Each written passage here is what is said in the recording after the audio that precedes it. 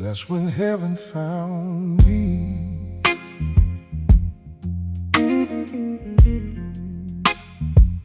That's when heaven found me. Right there in the rubble,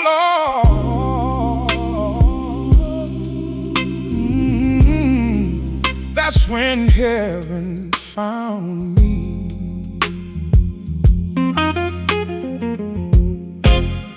I had nothing left to offer, not a prayer, not a sound, just a man on a cold floor with his face to the ground. I wasn't looking for heaven, I had stopped looking at all. I had made my peace with staying right here where I fall. Where were you? I was closer than you're breathing. Could you see me? I saw everything. Did you leave me? Did you leave me? I never moved an inch. Then why did it feel like abandonment? Because pain lies, and I let you feel it so you know that I was real when I answered. Something split the silence in a way I can't explain, like a warmth that had no source, like relief inside the pain.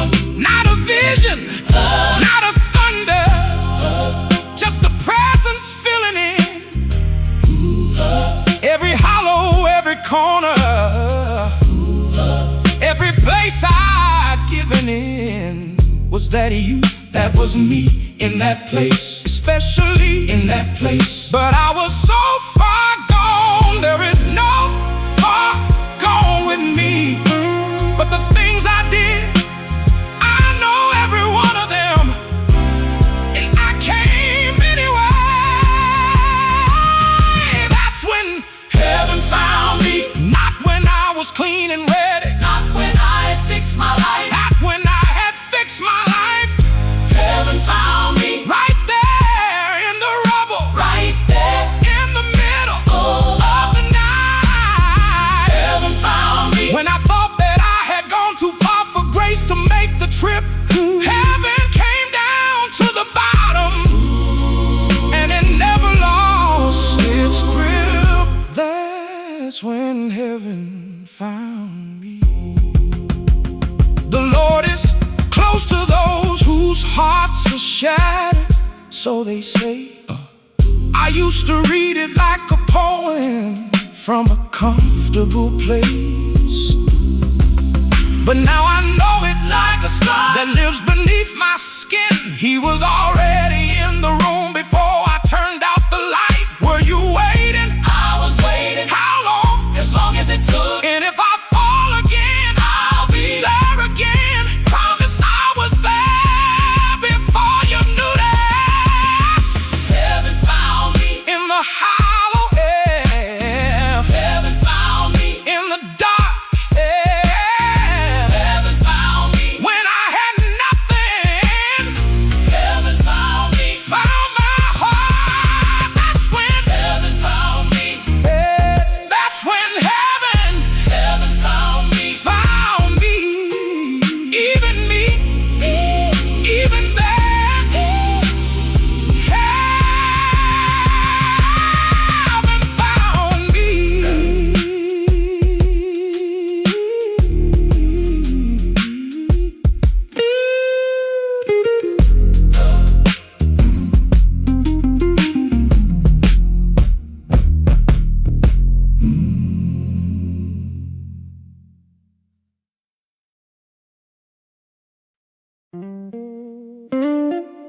The table is set.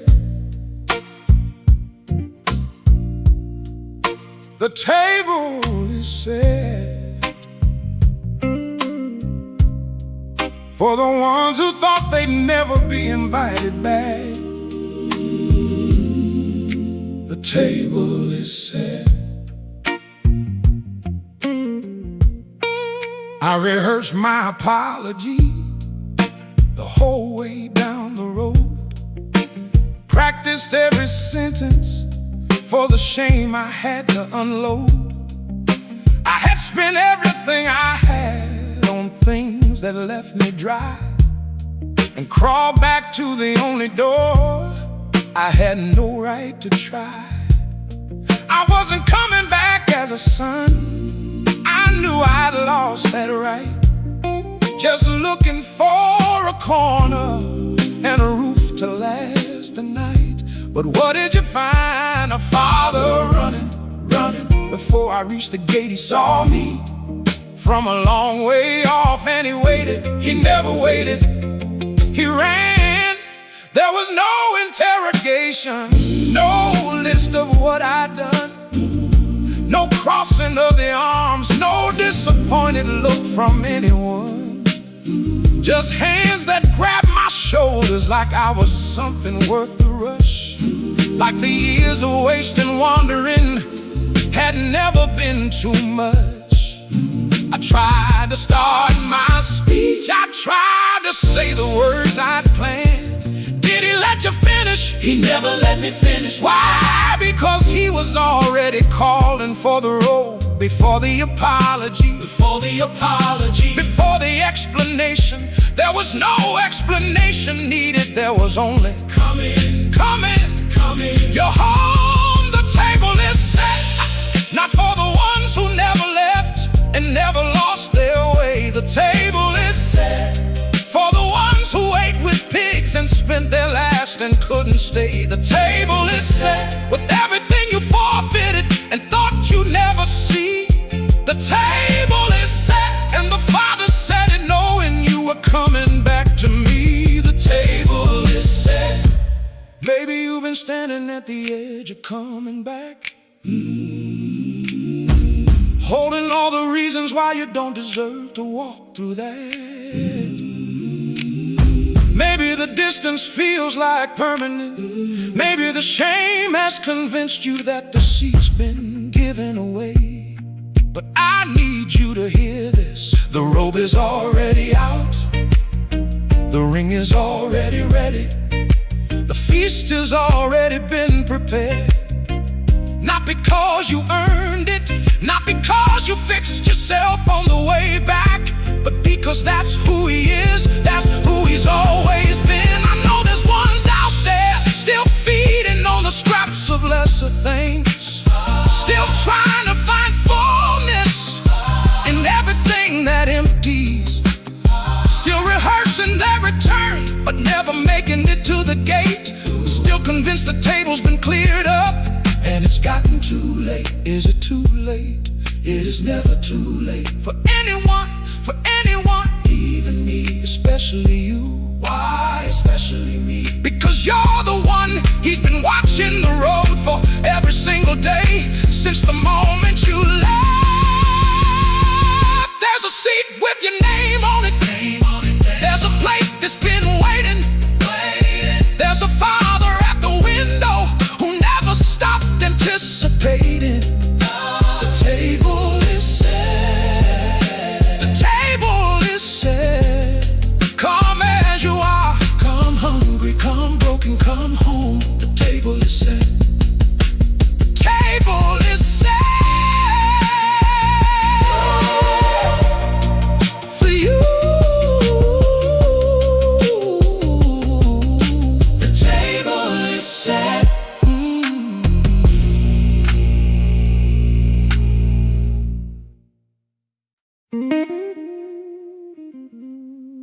In the middle of the storm,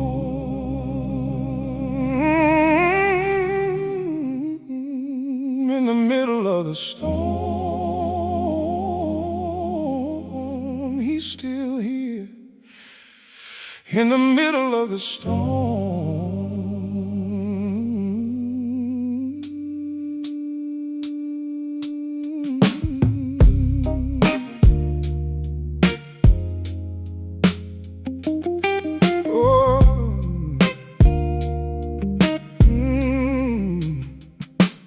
water started rising when I wasn't looking for a flood.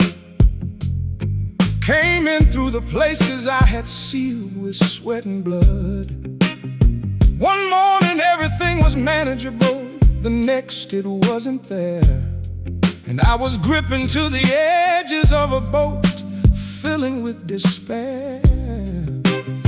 I've always been the kind of man who holds it till he breaks, who navigates the weather till his hands begin to shake. Where was he? In the back of the boat, Sleeping. How could he sleep through this? That's what they asked too. Didn't he care? That's exactly what they said. Master, don't you care that we are drowning? I've said those words myself on more than one occasion. Don't you see this, Lord? Don't you feel my situation? The silence in the chaos felt like absence, felt like distance, like the one I built my life on had forgotten my existence. But panic has a way of making presence feel like gone, and fear will tell you you're abandoned when you're not alone. Were you alone? I was never alone, but it felt that way. Feelings aren't always facts. the storm was real though. The storm was real. So what changes? Who's in the boat with you? That's it. That's everything. In the middle of a storm, he speaks. Not when it's over, Not when I'm back on solid ground. In the middle of the storm, be still. is a right now word, not a wait around. In the middle of the storm, He speaks. and something in the water knows the voice that made it first. In the middle of the storm, He speaks. and even when the waves don't stop, something breaks the worst. In the middle of the storm, I'm not going to tell you the storm disappears the moment you believe. I'm not going to promise you the water gets calm the second you call his name. Some storms last longer than they should. Some nights stretch further than they're supposed to. But I'll tell you what I know. There is a peace that doesn't make sense given the circumstances, but quiet that lives in the center of the chaos that has no natural explanation, that the world didn't give and the world cannot take away. He's not afraid of your storm. He slept through one, He slept through one. and when he woke up, It wasn't panic in his voice. it was authority. So I'm learning how to have him in the boat before the rain, learning how to know his voice before I'm in the strain. Because the same mouth that said let there be light said peace, be still. And the same power that made everything can speak into my will. I don't need the storm to stop to know that I will make the shore. I just need to know the one who's never lost a storm before. Has he ever lost one? No. Not even yours, Not even mine. You sure? I'm standing here on ice. Yeah. He speaks to the storm, he speaks to the wind, he speaks to the water rising up within. Peace, Be still. peace, In the middle of the chaos. in the middle of the fear. In the middle of the drowning. He is here, he is here, In the middle of the storm. he is here. Peace. Be still. Peace. Be still.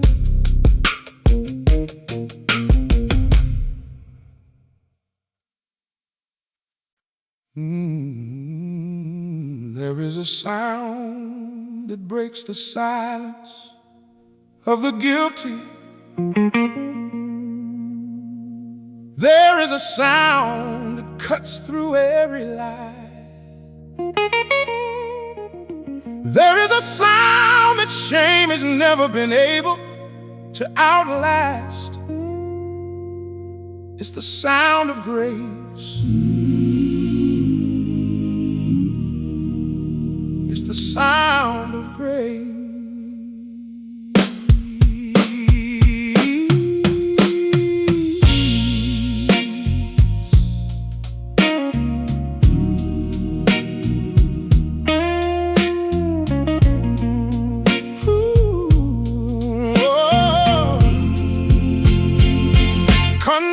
condemnation has a voice.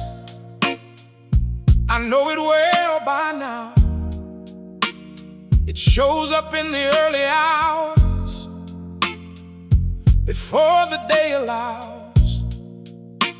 It speaks in first person, like it lives inside my chest, replaying every failure like it's studying for a test. It knows my name, it knows my history, it knows the exact year, it knows which wounds to press to make the shame feel fresh and near. Is that voice yours? No. Then whose is it? Not mine. But it sounds so certain, lies always do. It knows things about me, so do I. It says I'm too far gone. It's been saying that to everyone I've ever loved, and it has never once been right.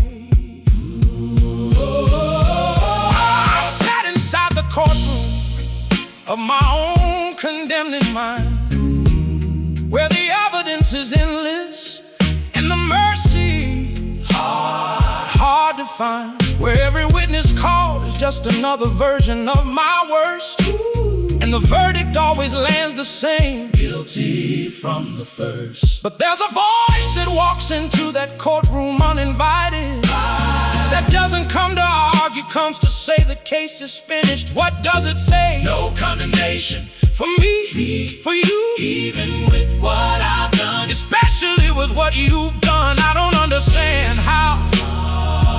You don't have to understand it to receive it. Open your hands. This is the sound of grace. Louder than the verdict of the voices in your head. This is the sound of grace. speaking over everything your history has said. This is the sound of grace. It doesn't come to minimize the wrong or make it small. This is the sound of It grace. comes because it's the only sound that covers all. This is the sound of grace. There is therefore now no condemnation, not some condemnation, not reduced condemnation, not condemnation for the big things, but not the small. No condemnation for those who are in Christ. That word was written for the man who knew he didn't deserve it, for the woman who had built a case against herself so strong she couldn't imagine a verdict any different, for the one who keeps the list, who lies awake at 3 in the morning rehearsing it. Grace doesn't erase the memory, but it changes what the memory means. It's no longer evidence of who you are. It's evidence of how far grace was willing to travel to find you. I used to cover my ears when the grace tried to come in, convinced that I was the exception, too familiar with my sin. But grace is not deterred by my theology of shame. It keeps on speaking over every accusation of my name. And slowly, something in me started to believe that the sound was meant for someone just as broken as me. Can you hear it now? I'm starting to. What does it sound like? Like being called by name without the list attached. Like someone who knows everything and stays anyway.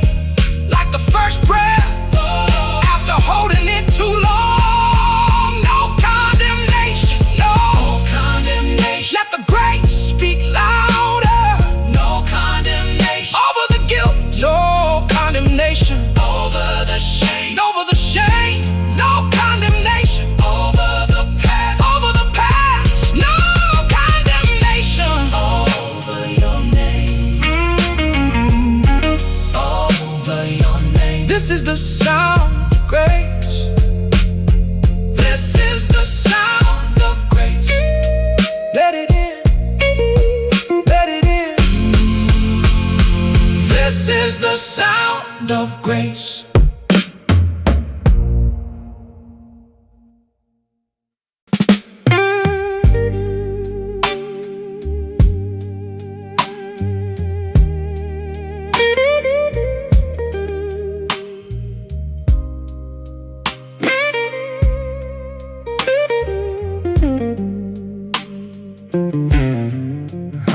dry places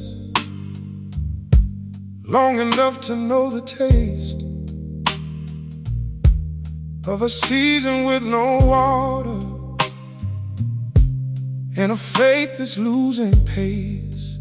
The devotion that once burned like something living in my chest went quiet like an ember, slowly fading with the rest. I didn't leave all at once. It happened slowly like a tide, just a little more distance every morning, till I couldn't find inside. When did you last hear it? I don't remember. The voice, I'm not sure I'd recognize it anymore. Has it stopped? No, then what happened? I got loud with everything else and mistook the noise for living. John was in the desert with a message and a burning, calling out to hearts that had grown comfortable and cold. Not with comfort, not with flattery, but with a hard return, and make the crooked places straight, prepare the ancient road. It wasn't what they wanted, but it was what they needed then. And it's the same word finding me in my desert once again. What is it saying? Come back, that's all. Come back, no conditions. Come back first, and then we talk. You sure? The voice doesn't chase you into the desert to condemn you there. It chases you to bring you home. Voice in the desert, crying out through everything that's grown cold and hard and still. Oh, voice in the desert, cutting through the noise I made to drown out what I feel. Voice in the desert doesn't need a microphone, it doesn't need a crowd. Voice in the desert finds the one who's wandered furthest, and it calls the loudest. Voice in the desert, still calling out, still calling out, still calling out. There's something about the desert that strips everything away. No distraction, no performance, nowhere comfortable to stay.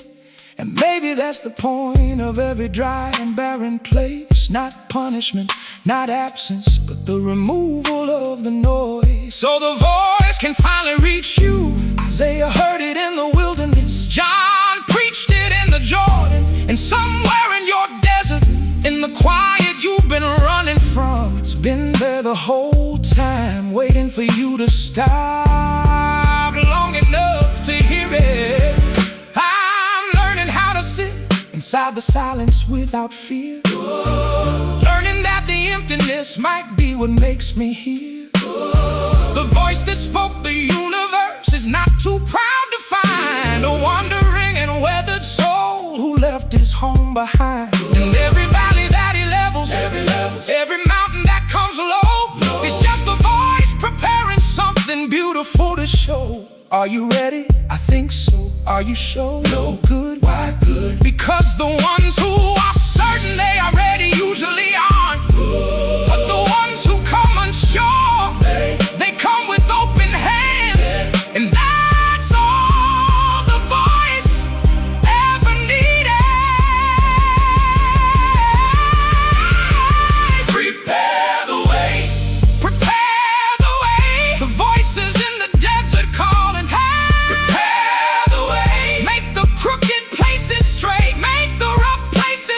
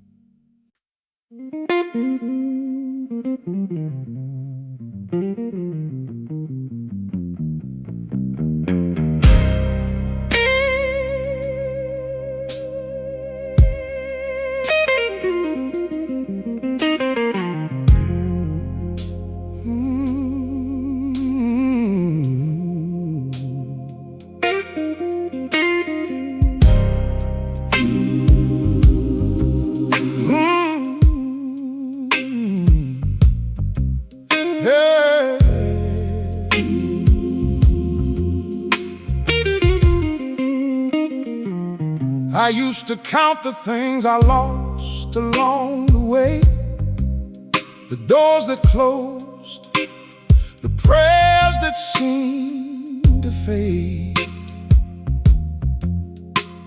the nights I wasn't sure I'd see the morning come around, the seasons where I swore I heard no sound. But something made me open up my eyes this morning here and realize I'm standing after everything I feared. How did you make it? I'm not entirely sure. Think about it. There were hands, whose hands, not mine. I would've let go a long time ago, but you didn't. No, why not? Something held me. Something I didn't hold myself. I remember the moment I was certain it was over. The bill I couldn't pay, the diagnosis, the goodbye, the relationship that crumbled in the ground that felt no closer, and me with nothing left but one more desperate cry. I didn't see the hand that kept me standing in the fire. I only felt the burning and the weight of the desire. Did I leave you there? No. Were you alone? No. I felt alone. No. That's not the same thing. I know that now. But do you know now that you didn't then? That the fact I'm here is not an accident. It's a testimony I almost missed because I was too busy counting what I lost to see what never left. This far you have kept me, through the fire and the flood, the nights I can't explain. This far you have kept me, when my own two hands had nothing left to hold the pain. This far you have kept me. Every stone of remembrance I can stack up tells the same. Ebenezer, hitherto the Lord has brought me this far. You have kept me. Samuel took a stone and set it in the ground, not because the battle had been easy, not because the people had been faithful, but because God had been. And sometimes that's the only testimony you have. Not that you were strong, not that you figured it out, not that you never doubted, but that you're still here. And He's the reason, so I'm setting down my stone today, right here in this place, between where I was and where I'm going, and I'm calling it Ebenezer, because up to this very moment, the Lord has helped me. I can trace His hand in places I called empty at the time, in the job I lost that pushed me somewhere better down the line, in the person who walked out and made room for the right kind, in the breaking that became the very thing that changed my mind. Gratitude looks different after you have walked through real. It's not a feeling in the easy, it's a knowing that it's sealed. What are you grateful for? Everything I almost didn't survive, even the hard parts, especially the hard part. Why? Because that's where I found out you were real. Not a Sunday morning concept, not a distant theological idea, but real and close and holding and holding. Ebenezer, this far you have brought me. Ebenezer, every step you have kept me. When I should have fallen, you were there. When I should have broken, you were there. When I had nothing left, you were still there. Ebenezer, hitherto the Lord has helped me this far.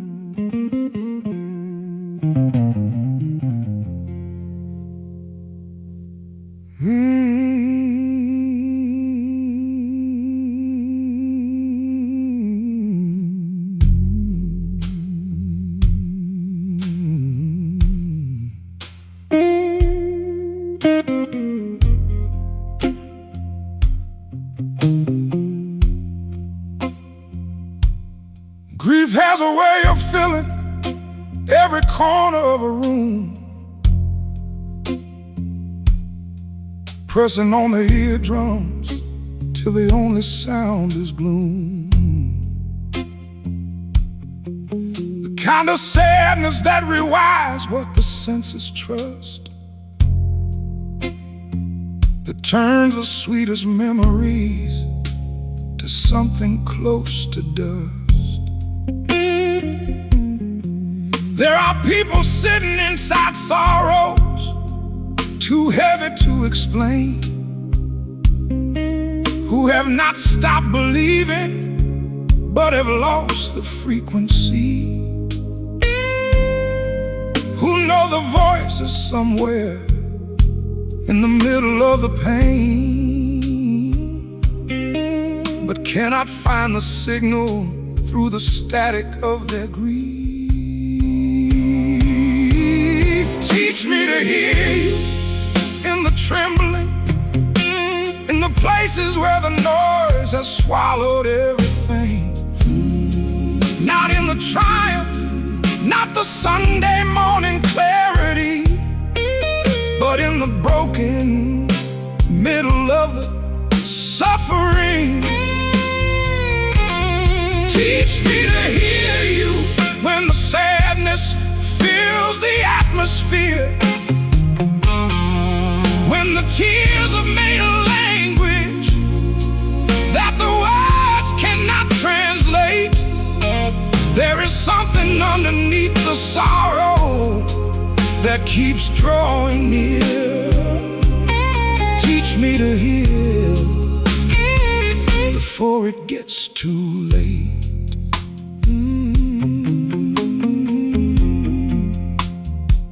Elijah heard him not in earthquake, not in fire, not in wind, but in the thin and quiet voice that followed after.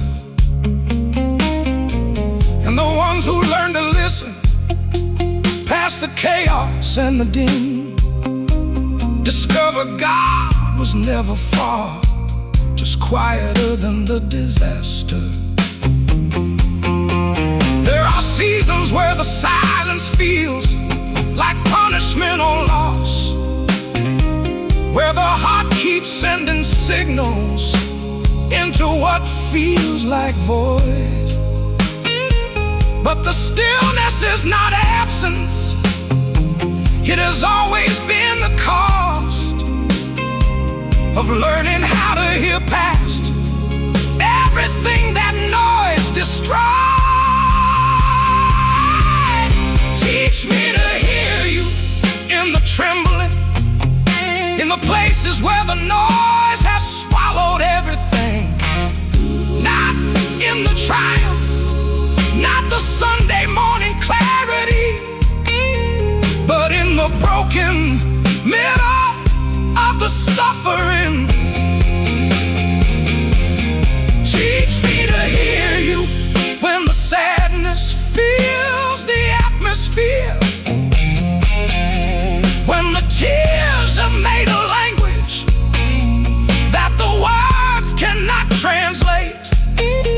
There is something underneath the sorrow that keeps drawing near. Teach me to hear before it gets too late. Because sadness is not the absence of His presence,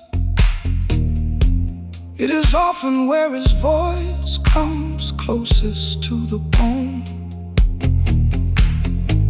The place is stripped of comfort, stripped every false pretense, are the places where a soul finally learns it's not alone. And what sounds like silence to the grieving, unacquainted ear is a language being spoken at a register of grace, not loud enough to compete with everything that breeds the fear, but permanent enough to fill whatever emptiness takes place. In the sadness, He Jesus speaking, not above it, not after it, inside it. And the ones who learn to listen now never hear the world quite the same way again.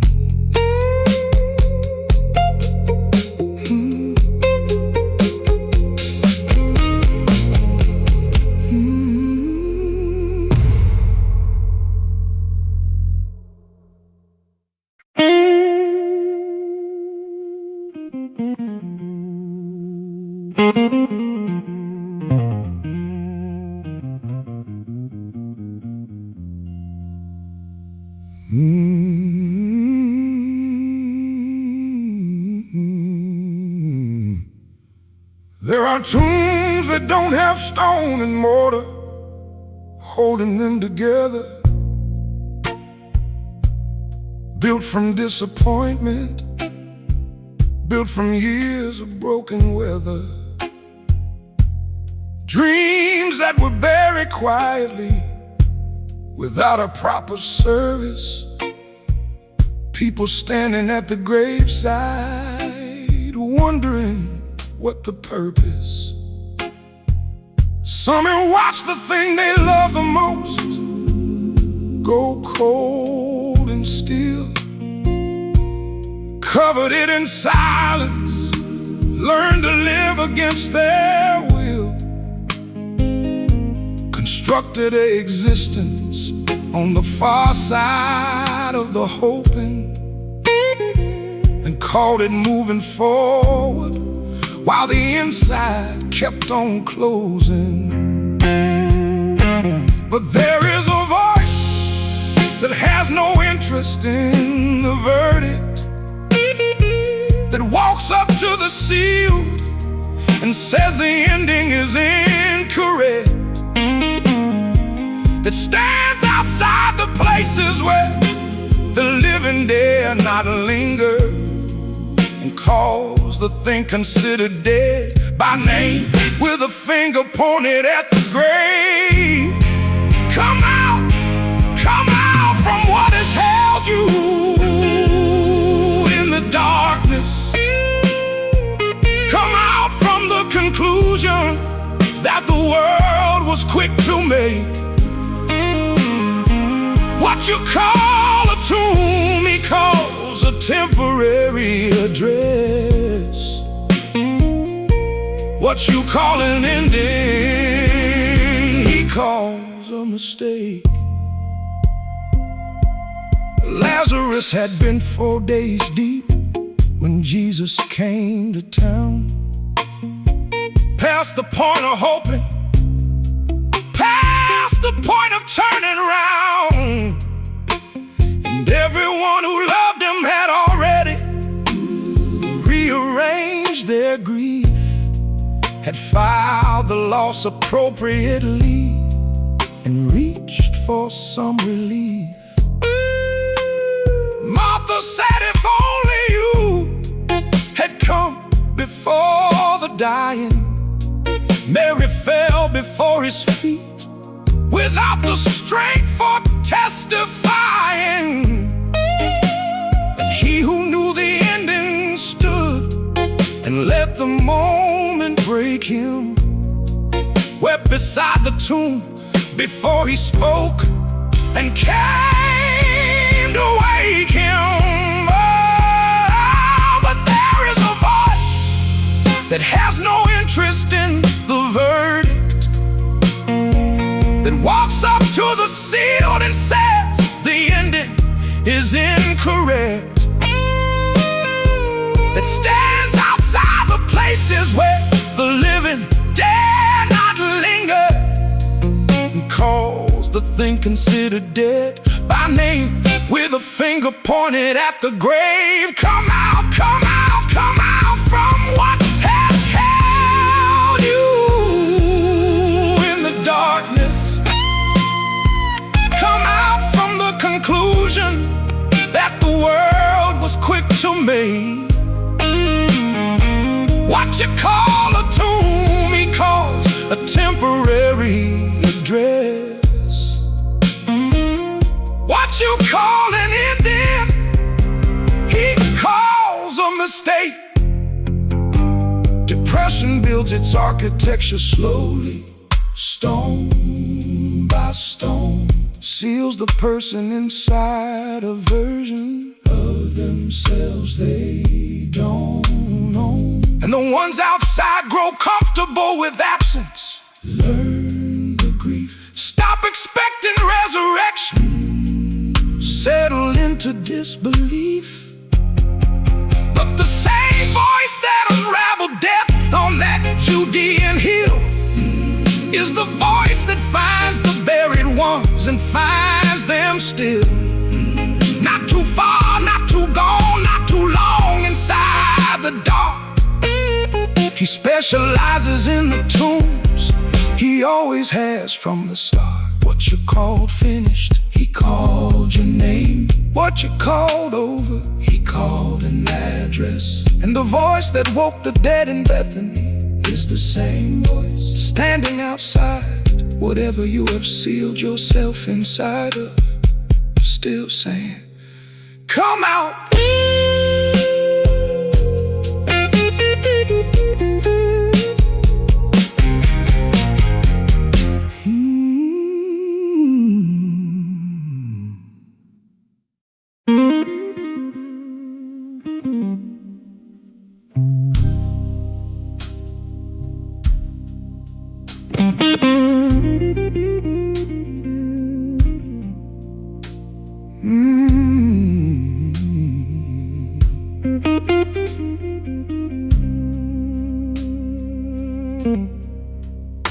There are people who walked away from everything they knew, not with grand announcements, just a slow and quiet withdrew. Drifted from the table like a candle losing flame, till the seat they used to occupy forgot their name. Some left wounded, some left weary, some just lost the thread. Some convinced themselves the fold was better off instead. Built a life among the distance, learned to call it fine, while something in the marrow kept on aching for a sign. But he left the 99, left the safe, the found, the settled and the warm, went into the dark and tangled and the far side of the storm. Not because the math made sense, Not because the odds were right, but because one missing soul was worth the wilderness at night. he left. The 99,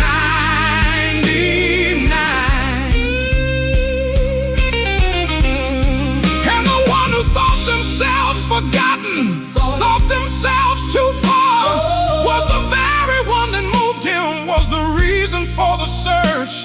You were never just a number, you were never just a name, you were the whole reason he came. Shame has a way of making distance feel like destiny,